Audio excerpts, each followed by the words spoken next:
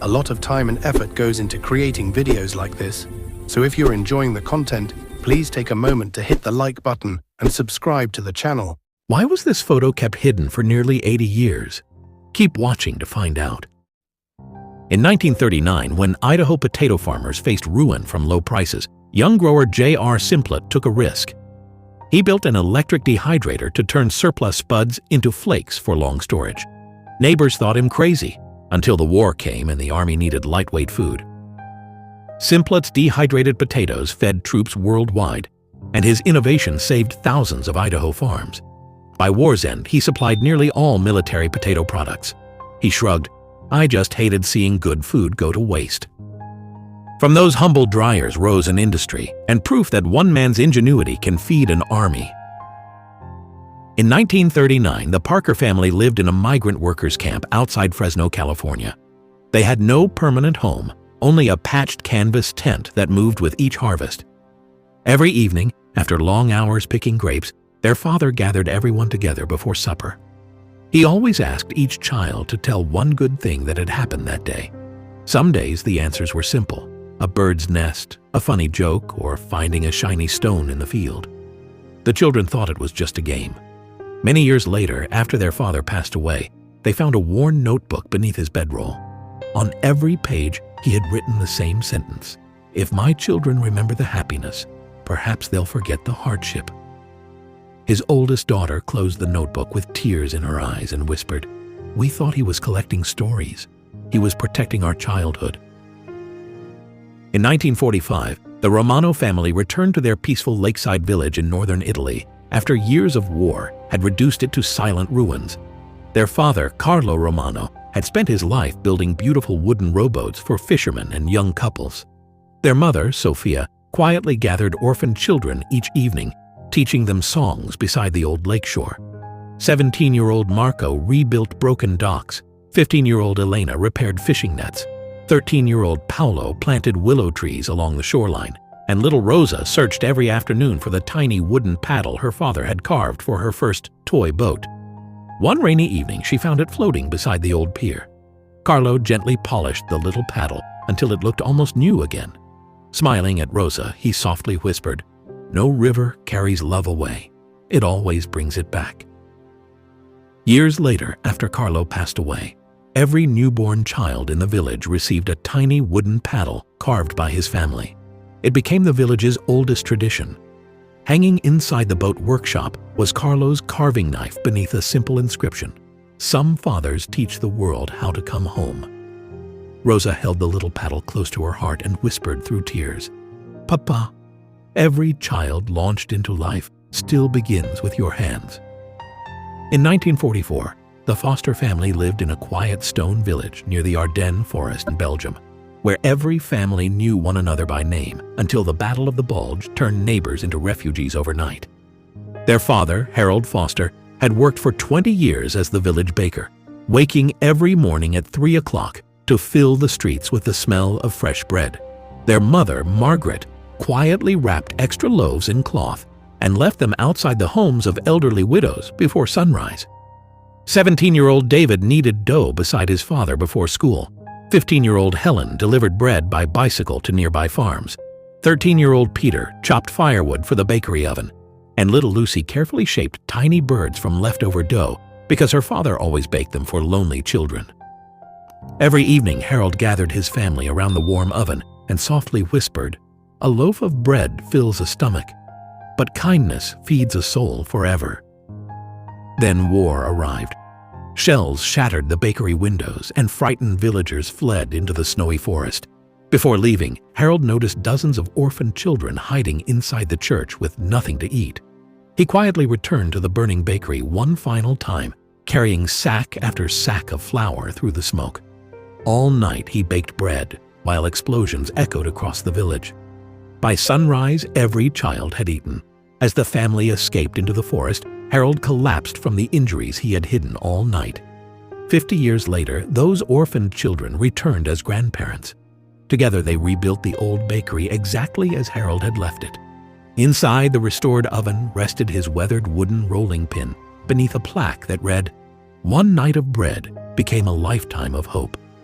Lucy gently touched the rolling pin, smiled through tears, and whispered, "Daddy, every warm loaf still carries your hands." In 1910, 14-year-old Sarah worked as a carrying-in girl at a glass factory in West Virginia. Her job was to take red-hot glass bottles from the blowers and carry them to the annealing oven using long metal paddles.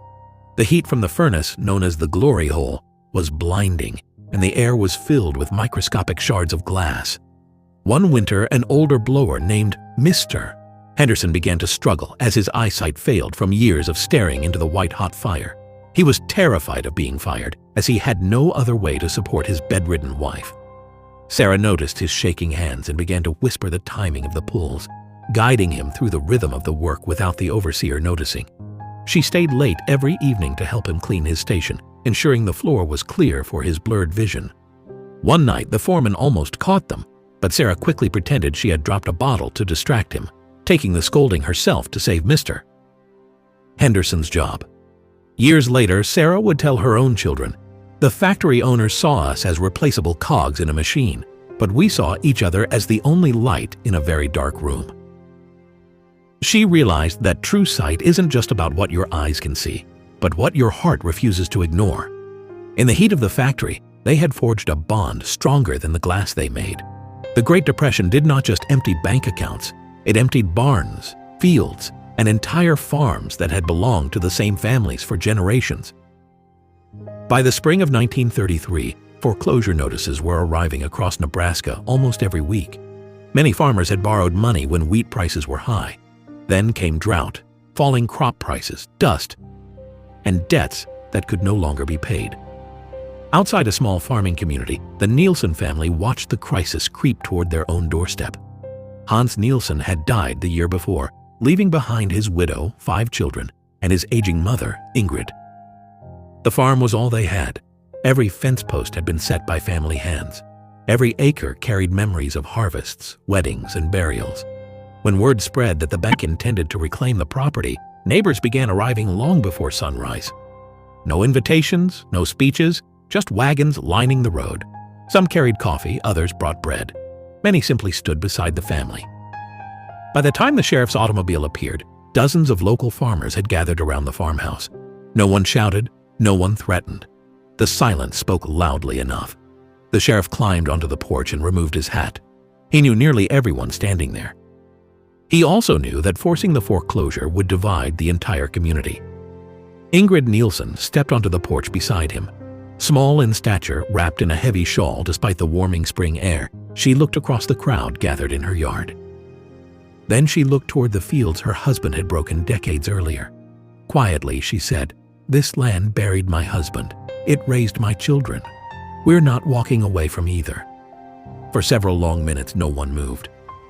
Finally, the sheriff folded the foreclosure papers and slipped them back into his coat.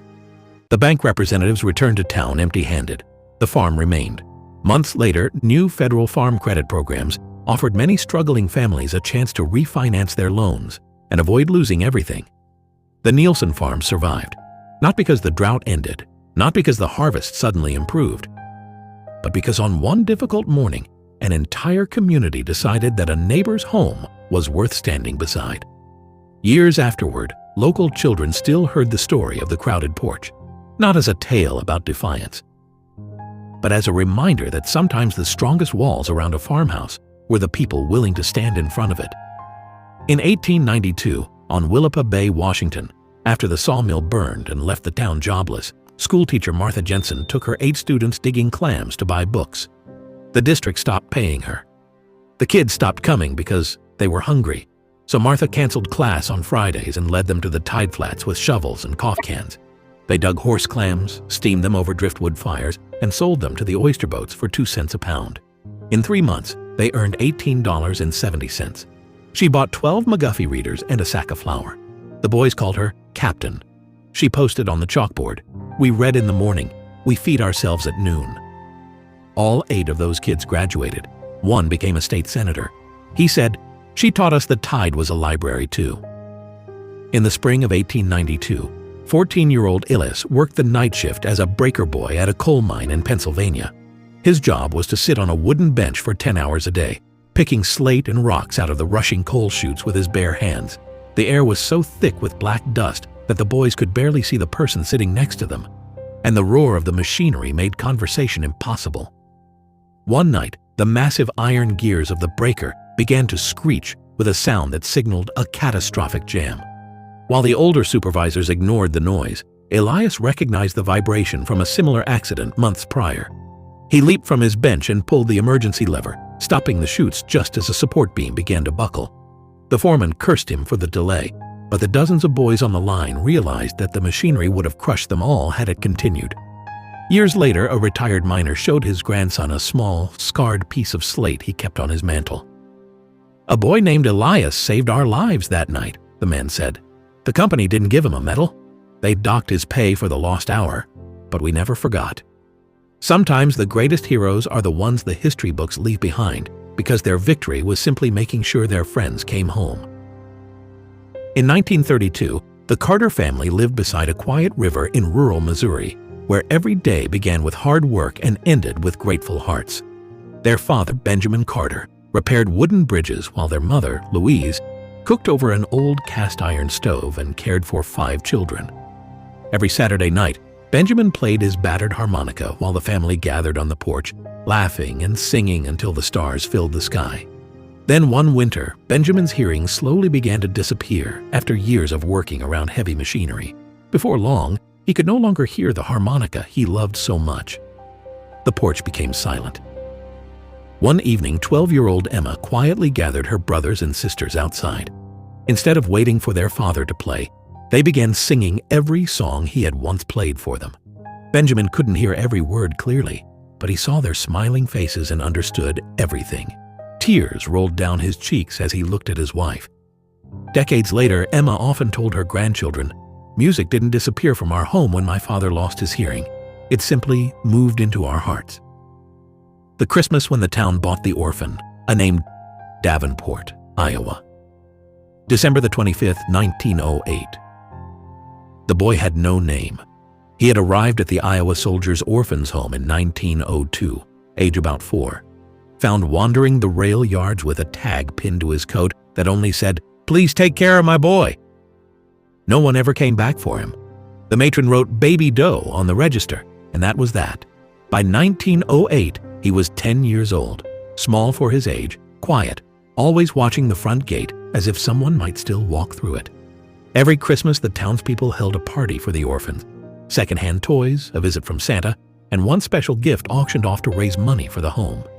That year, the auction prize was the right to name the nameless boy.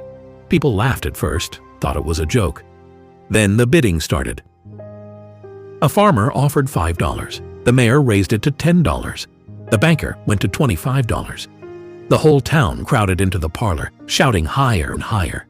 The boy sat on the bottom stair, eyes huge, clutching a rag rabbit someone had given him years ago.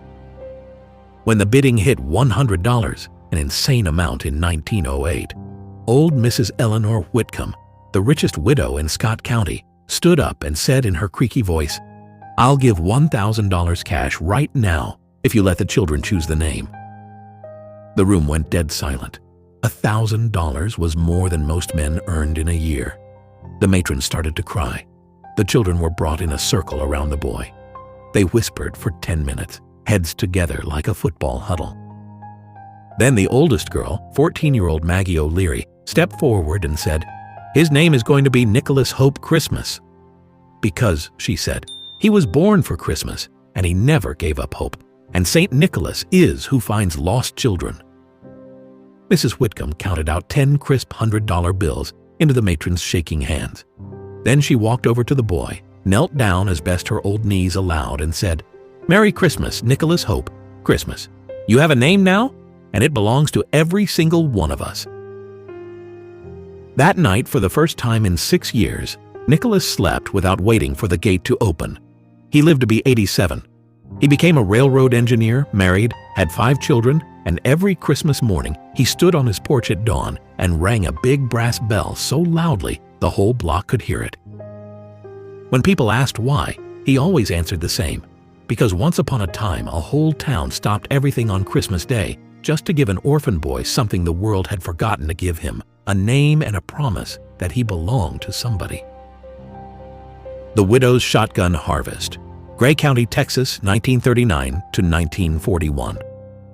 When the dust finally took Silas McAllister in November 1939, it left his wife Eula with 160 acres of blowing sand, a $2,400 bank debt, and 5 children under the age of 12.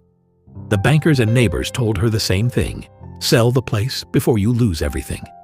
Eula, 36 years old and already thin as a fence post, looked them in the eye and said one word: no.